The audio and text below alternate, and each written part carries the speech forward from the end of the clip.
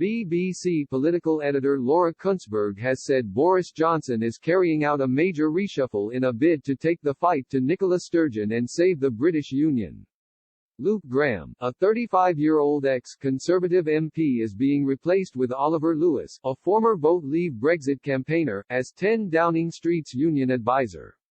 SNP leader Nicola Sturgeon is demanding a second referendum on Scotland leaving the UK. The Nationalists claim victory in May's Scottish Parliament elections, which polls suggest is likely, will provide a mandate for another referendum. However, Mr. Johnson is refusing to approve a rerun, arguing the question was settled when Scotland voted to remain part of the UK in 2014. He pointed out senior SNP politicians insisted this would be a once-in-a-generation vote ahead of the poll. Mr. Lewis advised the Prime Minister on no-deal Brexit preparations ahead of the new trade deal being agreed with the EU in December. According to Ms. Kuenssberg, the Prime Minister will use his Brexit ties, by ensuring Mr. Lewis leads an expanded union unit aimed at keeping Scotland in the UK. The move removed a link between Downing Street and the Scottish Conservative Party, as Mr. Graham was MP for Ochil and South Perthshire between 2017 and 2019.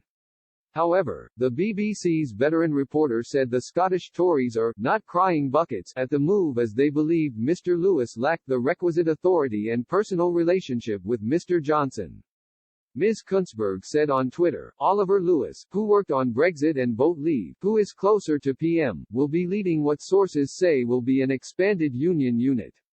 Senior Scottish nationalists have suggested the SNP could attempt to hold an independence referendum even if the British government objects. Douglas Ross, leader of the Scottish Conservatives, has called on unionists to boycott the poll should this happen. Separately, a recent report suggested the Scottish economy could shrink by £11 billion a year if the country breaks away from the UK. The survey, by the London School of Economics and City University of Hong Kong, concluded the long-term damage to the Scottish economy would be between 6.3 and 8.7%.